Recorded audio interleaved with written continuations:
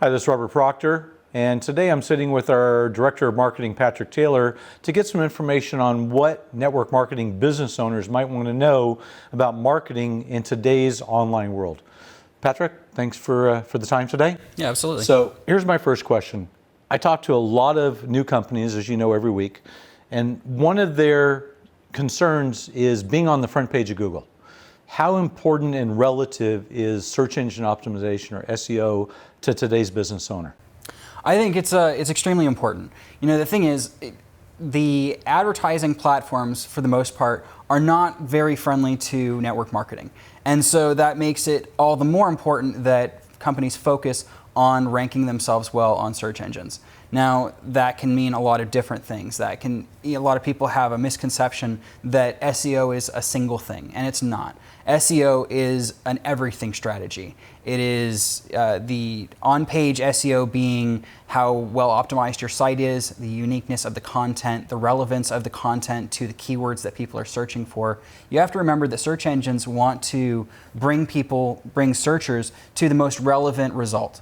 So really it comes down to making sure that your keywords align, making sure that your website's set up correctly, following the technical guidelines like using an SSL certificate to make sure that you're on a secured website, those types of things. Because through doing that, you end up ranking yourselves higher on a Google search listings report or Yahoo or Bing or whatever search you may be referring to. But at that point, you're not paying for every specific lead, as opposed to a pay-per-click or a paid advertising situation. So let me ask you this. Everyone's concerned about being on page one. What is the likelihood that a new network marketing company, or for that matter, any company, is going to get listed on page one in Google or Bing or Yahoo? What's the likelihood? Initially, it's going to be very slim. Not to say that it can't be done, and it will be done with your work and devotion into that strategy over time. But it's not something that as soon as your website goes live, you're going to instantly be ranked as a #1 result. You know, you have to first be indexed. Google has to index your page and has to crawl it. And it will look at the content, it will look at the way the page is set up, and a variety of other factors. And through that, they'll decide how relevant it is. And over time, as you build up that reputation, as you build up that relevance, then it will rank you higher and higher. And then eventually, you will be the #1 result. It will be much easier to rank #1 for your own specific brand name, especially if it's an extremely unique brand name, than it would be if you're just talking about a generic product. If your product is in cosmetics and you open Orangey Orange Cosmetics and you just search for cosmetics, you're probably never going to rank #1 for cosmetics, simply because there are so many other competing companies that also sell the same products. And for those generic terms, Google is probably not going to identify you as the single most important. Not initially, maybe in the long run. Okay, so MultiSoft, we're listed on page one. Absolutely. In fact, we're always up in the top 3. What did we do with Google to get listed in those top 3, and what could our clients do to get listed in the top? So in search results, you have two things. You have a paid or a sponsored result, as well as what is considered or called an organic result. An organic result is just whatever Google's crawlers find and identify as the most relevant results. However, that's not the only results that you're seeing. Typically, when you do a Google search result, what you see, the first 2 or 3 or sometimes 4 listings are what are considered pay-per-click or paid advertising. Through that, you can have your business listed as a #1 result if you're willing to bid high enough to outbid the other competitors in that space.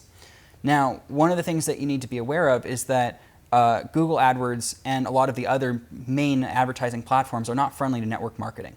So in a lot of cases, what you can do to rank and to put yourself on the top of that search listing is to advertise your product, not the opportunity. Because if you use your opportunity and you pitch your opportunity in any way, even in just the ad copy itself, Google will look at that and they'll imply that it is a get-rich-quick scheme, and they won't let you run it. They won't even approve the ad. So that pay-per-click advertising is a great way to get yourself on that first page of Google without really having to spend the long-term strategy of building up that reputation and building up that awareness to get yourself organically ranked as a #1 listing. So it sounds like clients could get listed there, but they've got to use generic terms such as vitamin B, acai berry, things that are not related to the opportunity but related to the products that they're selling, they potentially could get those top listings. Absolutely. Absolutely. They can advertise or they can bid on keywords for their products, whether that be interesting ingredients or relative, similar terms. They can bid on their own company names. They just can't go into depth on what opportunities that they can offer within that company. Okay, cool. Thank you. There's a new buzzword that you and I have actually talked about a lot, and I don't think our clients and a lot of people really understand or have even heard the buzzword because it's really just now starting to get its rounds. And the word or the phrase is retargeting. What is retargeted marketing? So retargeting, or otherwise called remarketing, is a method in which a user comes across your product, they look at it, and then later on they see the same thing. For example, I'm sure that you've been on Amazon at some point, you looked at a product, and then later on you were on Facebook or you were on another website and saw a listing that came up on the side of that page for the exact listing that you were just looking at. What's happened is that they use what's called a pixel. It's basically an empty image that refers to a server. So when you visit that page, it marks that you've been on that page, and any other website, any other platform that's on their ad network, they can re-show it back to the same users. This can be extremely effective in re-engaging people who have looked at it, maybe shown a little bit of interest, but moved away from it. Now you can put your ad back in front of their face, you can re-engage them and bring them back to take a look at that product a second time. In most cases, you're going to see much better conversion rates out of those audiences because they are already interested in it. Okay, so basically it's an ability that if somebody's gone to your website and they didn't necessarily buy, now they go to Facebook, they could see a video advertisement, they could see a text advertisement, they could see an image advertisement that's going to drive them back to maybe a different page that might be more relative to them. Absolutely, and the thing is, you can use it in a variety of different ways. You can use it for direct product sales. So if somebody's on your product page, like Amazon does, somebody looks at your product, ends up not buying it at that moment, you can show it to them again.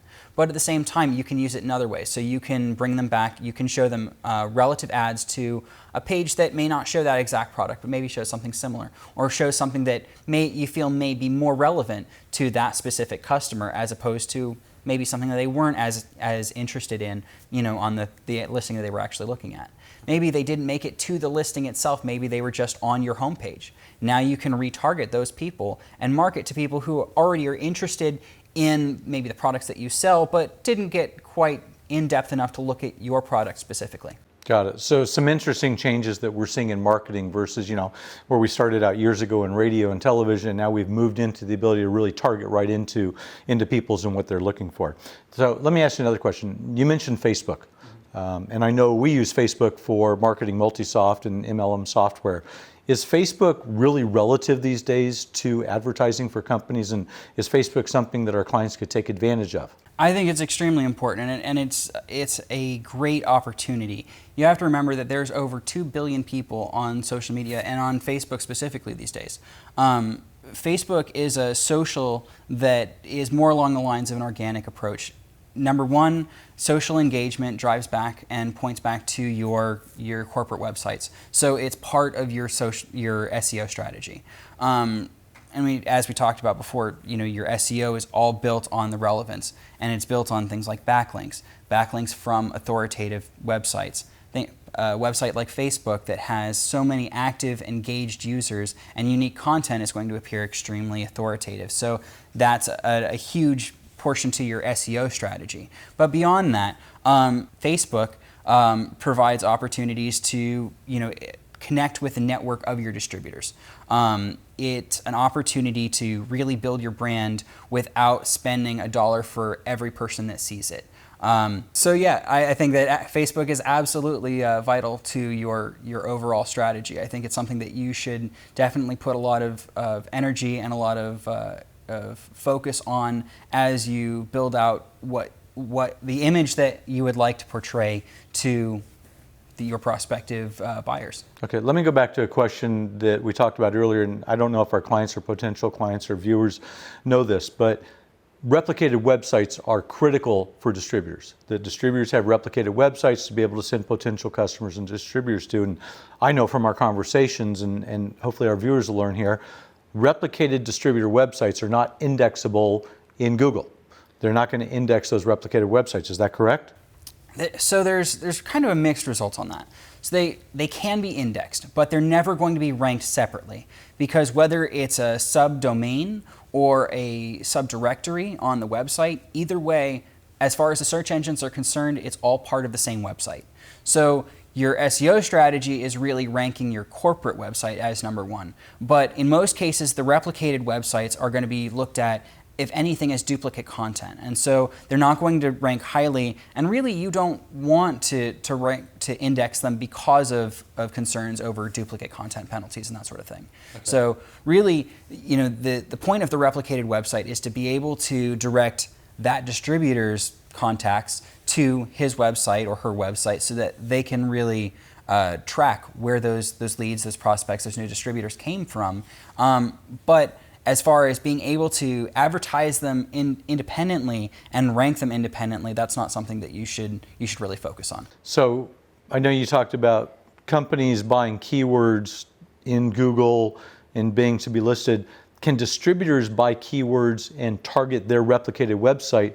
And that's going to lead to a question about Facebook in a minute. Can distributors pay for keywords in Google on a replicated website, or is that limited only to company owners? Well, as far as Google's platform is concerned, they'll sell advertising to pretty much anyone as long as it meets their guidelines. Okay. What I have to say about that is that as a company policy, you should not allow your distributors to be buying those terms, because what they're doing is they're essentially creating other competing campaigns that are going to be competing for the exact same terms that your corporate brand is trying to bid for. And so all that you're really going to do is drive up the cost on the terms that you want to rank for. So it makes a lot of sense that distributor or company owners, when they're putting together their terms and conditions, their policy and procedures, they should put things like that in there. Let me ask you this question. So we talked about Facebook, and we talked about Facebook advertising and retargeting. Just like distributors should not buy advertising in Google because they shouldn't be competing against the company, can distributors buy advertising or pay for advertising in Facebook? And should they be? Because Facebook is a little bit different. It can go to your profile, which is different than the corporate. So is it possible for distributors to do advertising in Facebook that necessarily wouldn't be recommended to do in Google? With Facebook, it's not as keyword targeted, so you're not in direct competition. I'd say with Facebook, that's something that you can be more lenient with because you're not in a situation of direct competition with yourselves, between your distributors and your main corporate entity. So in that regard, I think that that's more permissive, but it's something you still want to be a little bit concerned about because you do have to concern about the messaging, you do have to be concerned about how that's being dispersed. In those situations, I would say it's more a matter of making sure the distributor isn't hitting too large an audience, because if you're advertising on Facebook, sure, you can target just your close friends, you can target the people who have been on your website, or if you really wanted to, you could target everyone in the country, and that may be taking an unfair advantage of other distributors. Okay, so in today's age, it seems like there's a lot of complicated things to learn about marketing. One of my good buddies, Ray Higdon, talks about the difference between prospecting and marketing. And you're better off to do marketing than you are to do prospecting, because marketing is going to reach that larger audience. I think there's a lot of information that our clients, people watching this video, might be able to garner from, obviously, your experience in this industry and experience in marketing. Can they reach you? Is there a phone number, an email that if a client or potential or just somebody that wants to get some information on marketing and what they should do for their network marketing company, is there a way for them to contact you? Absolutely, absolutely. You can contact me directly through MultiSoft's main office number, or you can reach me through email. Both of those should be listed on this page. Okay, cool. So, marketing these days is a complex beast. There's a lot of things to learn. What we used to do 5 or 10 years ago, we do different today, and what we're going to do in a year or 2 years or 5 years from now is going to be different from what it is today. What I'd recommend to you is if you got some value from this, If you like this, do me a favor and share it. If you have any questions, feel free to reach out to Patrick at the phone number, the email on this website. And Patrick, I want to thank you for your time today. Thanks. Hope you got some value. Have a great day, and we'll see you on the next episode. Thank you.